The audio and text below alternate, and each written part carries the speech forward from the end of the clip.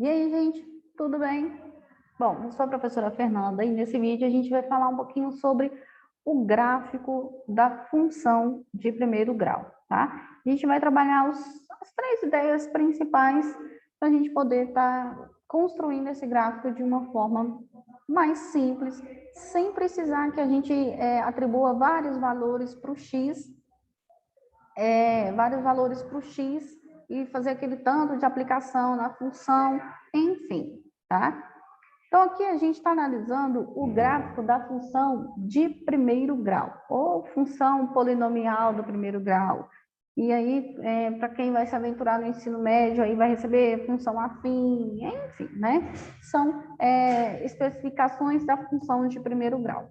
Mas como o vídeo está voltado para alunos do nono ano, então a gente vai dizer aqui que é o gráfico da função do primeiro grau. Bom, para a gente trabalhar, então, de uma forma mais simples na construção desse gráfico, a primeira coisa que a gente precisa saber, né, porque a gente precisa conhecer, é a forma geral dessa função do primeiro grau. Então, a forma geral, né, a carinha, vamos dizer assim, da função do primeiro grau, ela é desse formato aqui, ó, f de x igual a ax mais b. Aí, pera lá, e chega num ponto desse, o aluno coça a cabeça, né, começa a desesperar e pergunta, o que esse A e esse B tem a ver? Eu já entendi o f de x, eu já entendi o x, mas o que tem a ver esse A e B? Pois, gente, presta atenção. O A e o B estão ali somente para a gente formalizar a ideia. No lugar do A e do B, a gente vai ter números reais, certo? Então, quando a gente for resolver um exercício, pelo menos a grande maioria deles, vai ter sempre números. No nono ano aqui, a gente vai trabalhar somente com números, tá bom? Então, no lugar do A e do B, a gente vai ter números. Agora, o que eu preciso que você entenda? O A e o B, eles têm funções específicas na hora da gente construir esse gráfico, certo? Então, o número que fica no lugar do a gente diz que ele é chamado de coeficiente angular. Então, você já pode pensar assim, tá, angular me lembra da palavra ângulo. E exatamente, ele está relacionado com o ângulo de inclinação da sua reta, né? A reta, ela é o gráfico da função do primeiro grau. Então, é pela análise desse A que a gente vai saber se vai ficar virado, inclinado para a direita ou para a esquerda, né? Na hora que você for desenhar assim para a direita ou para a esquerda. Tudo bem até aí? Então, olha só, anota essa informação crucial. Se você olhar para a carinha da sua função lá, né, para a sua lei de formação, e você analisar que o A ele é maior que zero, ou seja, se o seu A for positivo, então a inclinação da sua reta vai ficar para a direita, ok? A inclinação fica para a direita. Agora, se você olhou para a sua função e o cara que acompanha o x, ele for um número negativo, né? Ou seja, ele for um número menor que zero, então a inclinação da sua reta fica para a esquerda. Deu para entender até aí? Então, esse carinha a gente analisa justamente já para ter uma ideia de como que vai ficar o comportamento dessa reta, se para a direita ou para a esquerda. Tudo bem? Beleza? Passo 1, entendido? Agora, lembra do B, que também está aqui na forma geral? Ó? Isso quer dizer o quê? Traduzir, vamos dizer assim, vamos traduzir essa linguagem matemática para a gente entender o que acontece com esse cara. O número que fica ali no lugar do B, né, que seria um coeficiente independente, que não tem um x acompanhando, ele também vai receber um nome elegante, né? A gente vai chamar ele de coeficiente linear. Olha só, B é um coeficiente que a gente vai chamar de coeficiente linear, e ele tem, pessoal, um papel muito importante. É por ele que a gente já vai saber o primeiro lugarzinho ali aonde o gráfico, né, da função vai cortar o eixo. E que eixo é esse? O eixo y. Lembra que no plano cartesiano a gente tem o eixo x e o eixo y? Ih, professora, lembro não.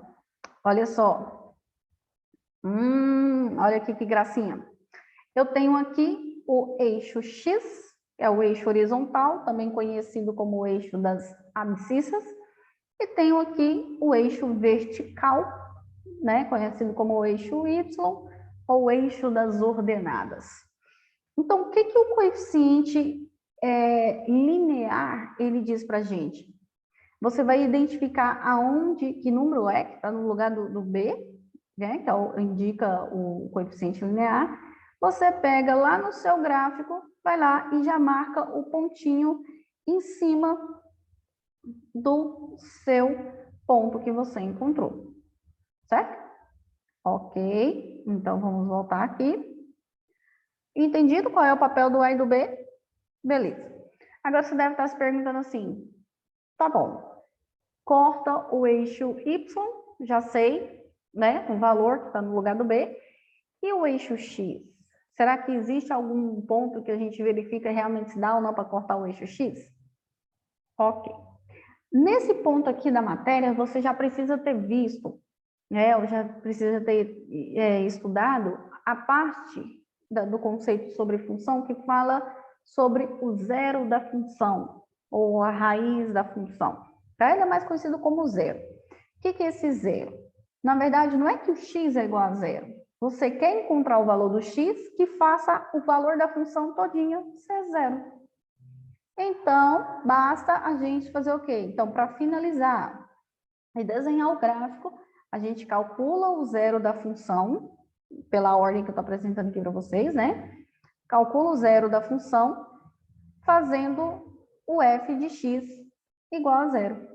Ou seja, você pega a carinha da sua função todinha e faz igual a zero, vai isolando o x até encontrar o valor dele. Vamos para um exemplo? Olha só. Eu trouxe como exemplo isso daqui, ó. A função f de x igual a 2x mais 3. Essa é a função que a gente vai trabalhar para construir o gráfico. Então, veja só. Eu coloquei aqui a forma geral só para a gente poder analisar, para a gente poder comparar com a função que foi dada. Perceba que ambas têm f de x, tranquilo, sinal de igual, tranquilo. Agora, aqui tem 2 e aqui tem o a. Significa que, fazendo a comparação, o meu a é exatamente igual a 2. Então, se o a é igual a 2, significa que o meu coeficiente angular, ele é positivo. Se o meu coeficiente angular ele é positivo, significa que a minha reta vai estar inclinada para a direita. Então, eu já sei aí o primeiro e mais, né, um dos mais importantes pontos para eu continuar fazendo a minha continha aqui e saber os outros detalhes. Eu já sei que ela vai ficar inclinada para a direita, pura e simplesmente pela análise do número, né, que corresponde ao coeficiente angular. Tudo bem até aí? Beleza? Agora, se você continuar fazendo a comparação, você vai ver que o número que está sozinho, lá na função exemplo, é exatamente o b, ou seja, é o coeficiente linear. É o coeficiente linear. Então, quer dizer que o b é igual a 3. Se o b é igual a 3, o que eu vou fazer? Eu vou lá direto no meu plano cartesiano, lá na reta, encontro um ponto y igual a 3 e já marco uma bolinha ali em cima. Quando a gente marca esse ponto em cima do eixo, significa que eu tenho um par ordenado onde o x é 0 e o y é 3. Quer ver? Vem aqui para você ver. Olha só, já está até marcadinho aqui, ó. O eixo y é o eixo vertical, aonde for o 3, você desenha a bolinha. Pronto, seu primeiro ponto já está desenhado. Ok? Tranquilo? Então, vamos voltar para cá. Ok, já está marcado. Agora, o último passo é a gente calcular o zero da função, né? Ou seja, a gente encontrar o valor do x que faz com que o valor da função todinho seja zero.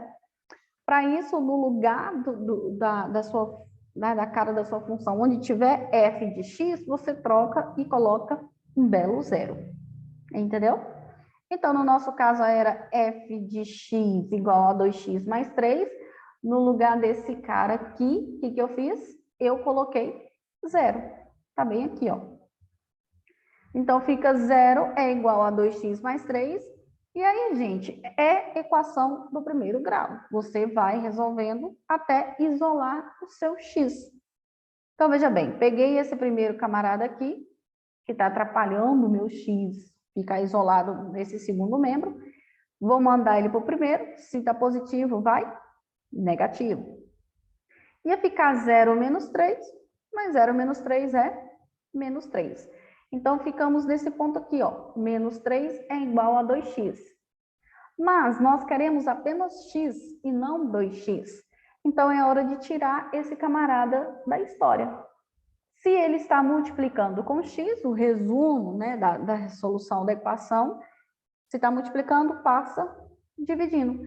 Então, ficou assim, ó, menos 3 dividido por 2. Menos dividido com mais? Menos.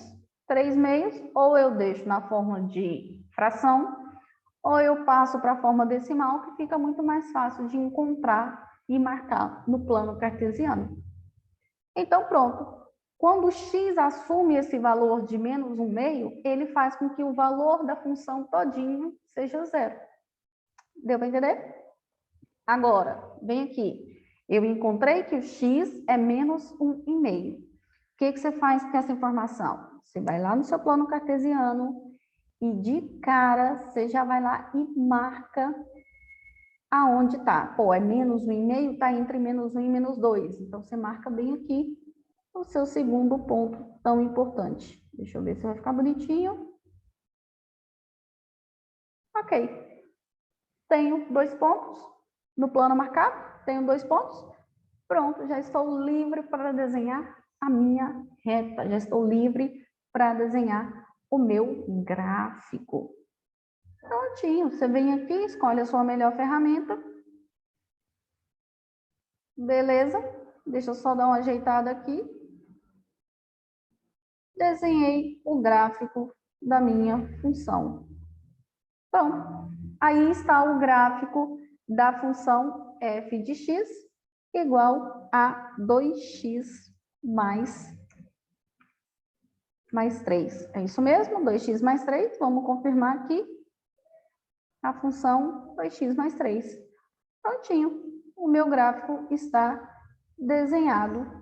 E qualquer outro ponto que eu atribuir para o x, qualquer outro valor que eu atribuir para o x, aplicar ele na função, eu vou poder desenhar no plano cartesiano esse ponto e com certeza ele vai recair sobre essa reta.